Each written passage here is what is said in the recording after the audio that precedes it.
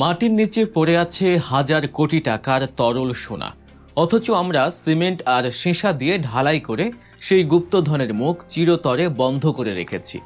অবাক করা বিষয় হলো, সীমানার ঠিক ওপারে মাত্র 5 কিলোমিটার দূরে ভারত সেই একই ভূগর্ভস্থ তেলের স্তর থেকে বছরের পর বছর ধরে কোটি কোটি টাকার তেল তুলে নিজেদের অর্থনীতিকে সমৃদ্ধ করছে।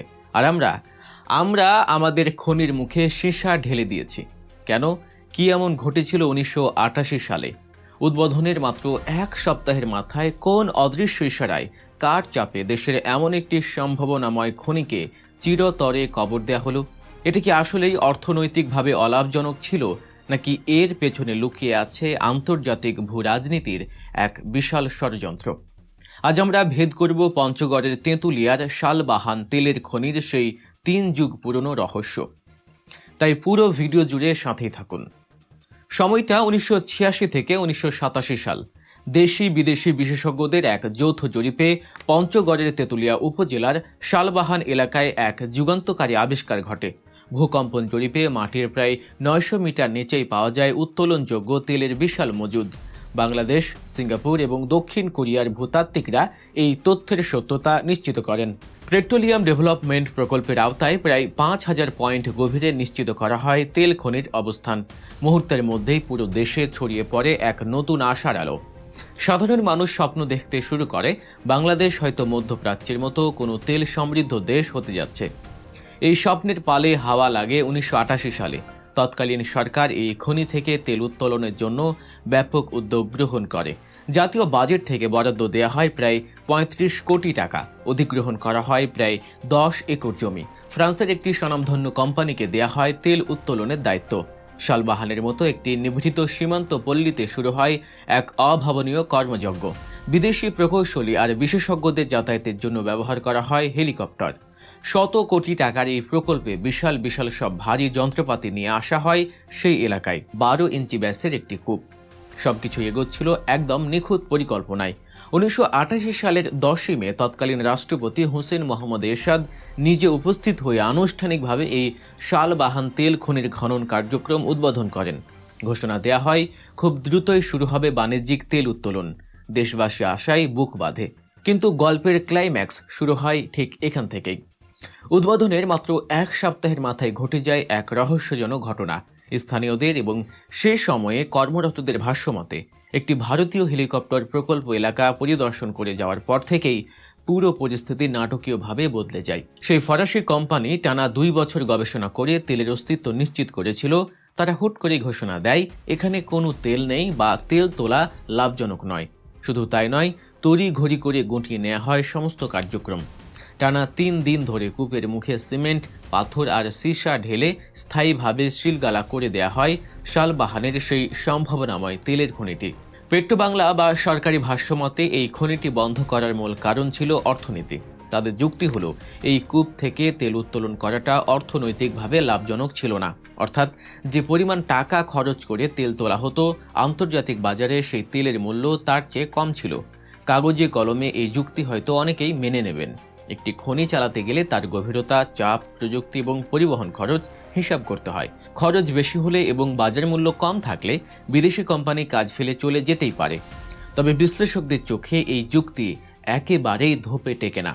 কারণ খনিটি যদি সত্যি অলাভজনক হতো, তবে সাধারণ মাটি দিয়ে বুঝিয়ে দিলেই তো হতো।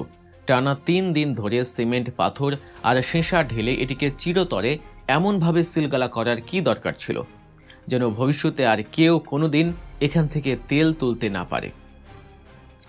সবচেয়ে বড় প্রশ্নটি আসে ভূতাত্ত্বিক দিক থেকে। শালবাহানের মাটির নিচে যে তেলের স্তর, সেটি তো আর কোনো নির্দিষ্ট দেশের রাজনৈতিক সীমানা মেনে চলে না। মাটির নিচের স্তর বাংলাদেশ এবং ভারতের জলপাইগুড়ি পর্যন্ত বিস্তৃত। এবং অবিশ্বাস্য হলেও সত্য, এই শালবাহান থেকে মাত্র 5 কিলোমিটার দূরে সীমানার উপরে ভারতের জলপাইগুড়ি অঞ্চলে ঠিক একই মাটির স্তর থেকে ভারত সফলভাবে তেল উত্তোলন করছে। তাহলে যে স্তর ভারতের জন্য লাভজনক, সেটা বাংলাদেশের জন্য অলাভজনক হয় কিভাবে? একই ভূপ্রকৃতি, একই স্তর, অথচ সীমানার এপারে তেল তোলা লোকসান, অথচ ওপারে লাভ। এই সমীকরণ কোনোভাবেই মেলাতে পারছেন না দেশের সচেতন মহল। অনেক আন্তর্জাতিক বিশ্লেষক মনে করেন এর পেছনে ছিল মারাত্মক এক ভূ রাজনৈতিক চাপ। জ্বালানি শুধু একটি প্রাকৃতিক সম্পদ নয়, এটি একটি শক্তিশালী রাজনৈতিক হাতিয়ার। একটি দেশ যখন নতুন কোনো প্রাকৃতিক সম্পদের খোঁজ পায়, তখন তার রাজনৈতিক, বাণিজ্যিক এবং কূটনৈতিক অবস্থান বদলে যায়।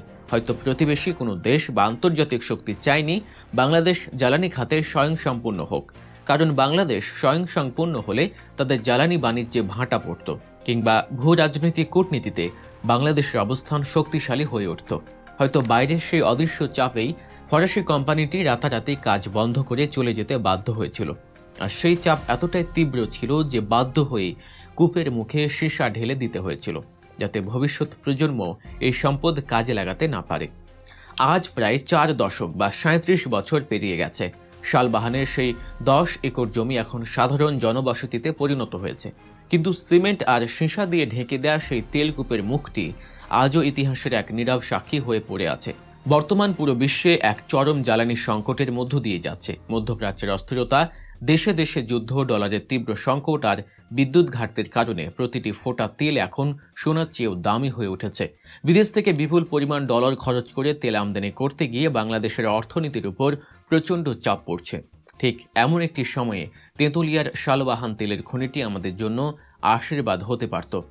সম্প্রতি এই খনিটি পুনরায় চালুর দাবিতে ফুঁসে উঠেছে তেঁতুলিয়াবাসী। তারা মানববন্ধন, র্যালি সহ নানা কর্মসূচি পালন করছেন। স্থানীয় রাজমিস্ত্রি থেকে শুরু করে বয়োজ্যেষ্ঠরা, যারা একসময় এই খনির খনন কাজে সাক্ষী ছিলেন, তারাও আজ স্মৃতি হাতড়ে বেড়ান। তারা জানান কিভাবে সেখানে একসময় বোম ফাটানো হতো, ফায়ারিং করা হতো। স্থানীয়দের একটাই দাবি, 4 দশকে প্রযুক্তির অনেক উন্নয়ন হয়েছে। তখন যা অলাভজনক ছিল, আধুনিক প্রযুক্তির ছোঁয়ায় আজ তা অবশ্যই লাভজনক হবে। এই রহস্যের জট খোলা হোক এবং খনিটি পুনরায় চালু করা হোক। আশার কথা হলো, তেঁতুলিয়ার উপজেলা প্রশাসনও বিষয়টি গুরুত্বের সাথেই বিবেচনা করছে। তারা সম্ভাব্য যাচাইয়ের জন্য সংশ্লিষ্ট মন্ত্রণালয়ে চিঠি পাঠিয়েছে। ঢাকা থেকে পরিদর্শক দলও এলাকা ঘুরে গেছেন। এখন দেখার বিষয়, সরকার কি সত্যি এই বিষয়ে কোনো কার্যকর পদক্ষেপ নেবে কিনা।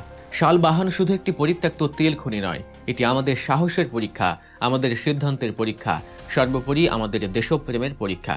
যেখানে সীমানের উপরে ভারত আমাদেরই খনির স্তর থেকে তেল তুলে নিজেদের সমৃদ্ধ করছে, সেখানে আমরা চিরকাল অন্যের উপর নির্ভরশীল হয়ে থাকব, নাকি নিজেদের মাটির নিচের সম্পদ কাজে লাগিয়ে দেশের অর্থনীতিকে এক নতুন উচ্চতায় নিয়ে যাব।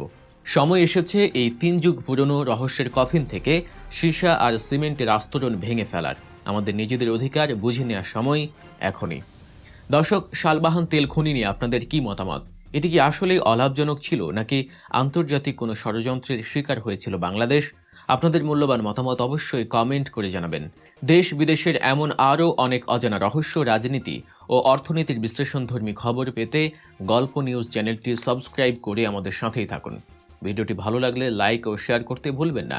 আজকের মতো এখানেই বিদায় নিচ্ছি। কথা হবে পরবর্তী কোনো ভিডিওতে। আল্লাহ হাফেজ।